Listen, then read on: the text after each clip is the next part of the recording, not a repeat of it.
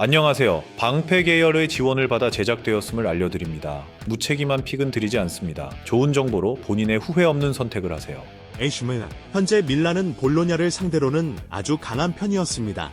볼로냐의 강점은 수비적인 면모에서 중앙이 잘 버티고 있다는 부분입니다만 매냥의 롱킥과 윙어들의 침투 등 전방 압박을 분쇄할 수 있는 옵션이 많은 밀란이 볼로냐의 단단함을 무너뜨리는데 어려움이 크지 않았다는 점이 다행입니다. 볼로냐가 강한 홈에서도 2대0으로 승리를 따내는 모습을 이번 시즌 벌써 보여주기도 했습니다. 볼로그나 FC, 현재 이번 시즌에도 원정에서는 좋지 못한 편입니다. 꼴찌 살레르니타나를 상대로 2대1로 이긴 것을 빼고 보면 원정에서는 승리가 없는 편이라서 수비력이 그나마 버티고 있는 현재인데요. 앞에서 언급한 것처럼 밀란을 상대로는 그닥 단단함을 보여주는 빈도도 그렇게 높아 보이지 않는 상황입니다.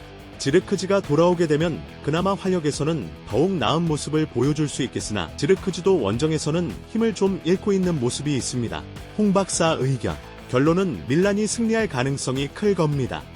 볼로냐의 강한 압박을 분쇄하는 가짓수가 많고 이를 바탕으로 볼로냐를 상대로는 매우 강한 전적을 갖고 있습니다. 물론 라인 간격 유지가 밀란이 90분 내내 안정적인 모습은 아니긴 하나 볼로냐를 상대로 공격력을 투사하는 것에 어려움이 없다는 점을 더 높게 평가할 수 있을 것이라고 봅니다. 제노어크 FC, 바델지와 프렌드럽이 징계로 이탈한 상황입니다.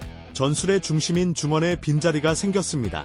그럼에도 상성에서는 제노아가 앞서는 편인데 3대5대2로 상당히 후방에 선수를 많이 두는 편이기에 네체의 슈팅을 난사로 이어지게 하는 퍼포먼스는 기대해볼 수 있는데요. 네체의 뒤에 적을 약점이 제노아의 투톱인 구드문드손과 레테귀에게 줄 장점도 충분히 있습니다.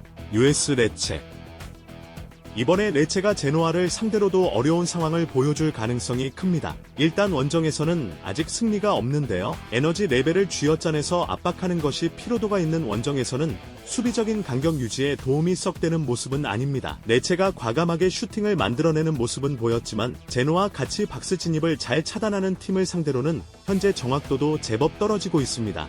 홍 박사 의견, 결론은 제노아가 우세할 것으로 봅니다. 두 명의 중원 핵심이 이탈했다는 점은 아쉽다고 해도 결국 상성에서 제노아가 앞설 것이라고 봅니다. 후방에 사람을 많이 두면서 레체의 슈팅을 난사로 이어지게 할 수 있을 것이며 레체가 원정에서는 체력적인 문제로 인하여 간격 유지가 잘 안되는 것도 참고할 수 있을 것이라고 보고 있습니다.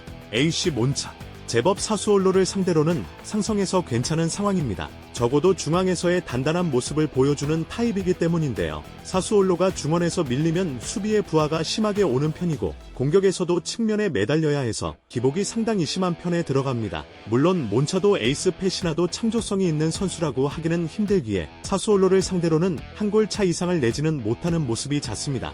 US 사수올로 칼초, 현재 중원이 단단한 팀에게는 앞서 언급한 이유들로 약한 편에 속합니다. 최근 당한 패배도 유베 아탈란타 밀란 제노아 등 중원에서의 힘이 상당한 팀들입니다. 결국 이번 시즌에 3명 미드필더가 제 몫을 하지 못하고 있는 것이 밸런스에서의 기복을 확실히 보여주는 것으로 볼 수 있는 상황입니다. 측면을 활용하려고 해도 윙어들도 중원이 공 배급을 잘 못하면 버로우를 타야 하는 경우가 많습니다. 홍 박사 의견, 결론은 몬차가 우세할 것으로 보는 경기입니다. 중원이 단단한 유형이기에 사수올로의 밸런스 유지에 필요한 요건을 붕괴시킬 수 있는 전력을 갖추고 있습니다. 물론 중원에서의 창조성은 부족한 편이기에 한 골 이상의 차이를 얻어내는 것은 어려울 수 있겠으나 주도권을 잡으면 사수올로의 박스 안 수비 불안과 공격에서의 측면 의존도 증가를 만들 수 있는 경기입니다. 엘라스 베로나 FC, 최근 베로나가 이긴 상대들의 특성에 주목할 필요가 있습니다. 엠폴리와 칼리아리를 상대로 다득점을 기록하고 이겼는데 이 두 팀은 박스 내 장악력이 부족하거나 원정에서 약한 타입입니다. 플러스 요인은 프로시노네가 이것에 전부 해당하는 팀이라는 사실입니다. 적어도 베로나가 공격력을 투사할 수 있는 가능성 정도는 있다라고 할 수 있을 것으로 봅니다.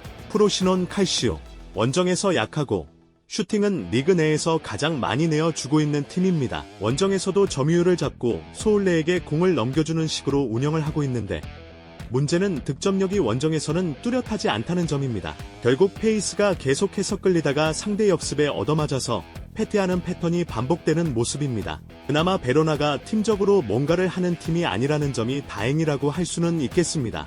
홍 박사 의견, 결론은 베로나가 우세할 것으로 봅니다.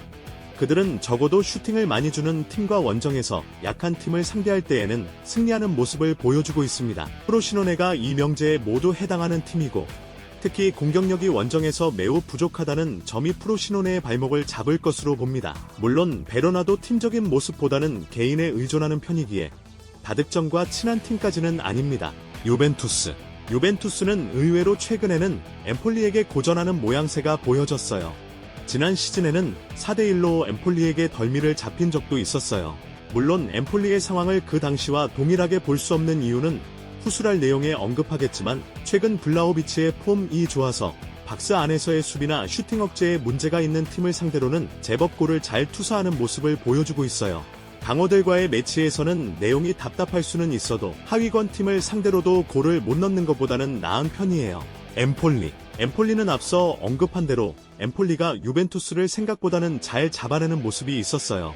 다만 해당 경기들에서는 지금은 토트넘 소속인 비카리오가 수훈 선수였던 매치였어요. 해당 경기들에서도 엠폴리 수비는 18개가 넘는 슈팅 허용을 기본으로 삼았고 비카리오가 사실상 기적을 만든 것이라고 볼 수 있어요. 최근에는 주코우스키가 2경기에서 4골을 기록하며 임대 이적한 역할을 성공적으로 수행하고 있지만 기본적으로 유벤투스의 300은 박스 안에서의 수비가 아주 훌륭한 팀이에요. 홍 박사 의견. 유벤투스의 우세를 기대하는 매치예요. 유벤투스가 엠폴리에게 덜미를 잘 잡혀왔던 상황이 있었지만 이는 엠폴리의 GK가 비카리오였던 때가 있었던 이야기예요. 이번 시즌의 엠폴리는 당시보다 박스 장악력이 하락한 상황이고 유벤투스를 이긴 경기에서도 수비가 슈팅 허용을 잘 막아내지 못했어요. 주코우스키가 좋은 폼을 보여주고 있긴 하지만 유벤투스의 박스 수비를 고려하면 한 골 이상을 기대하기 어렵다고 보여져요.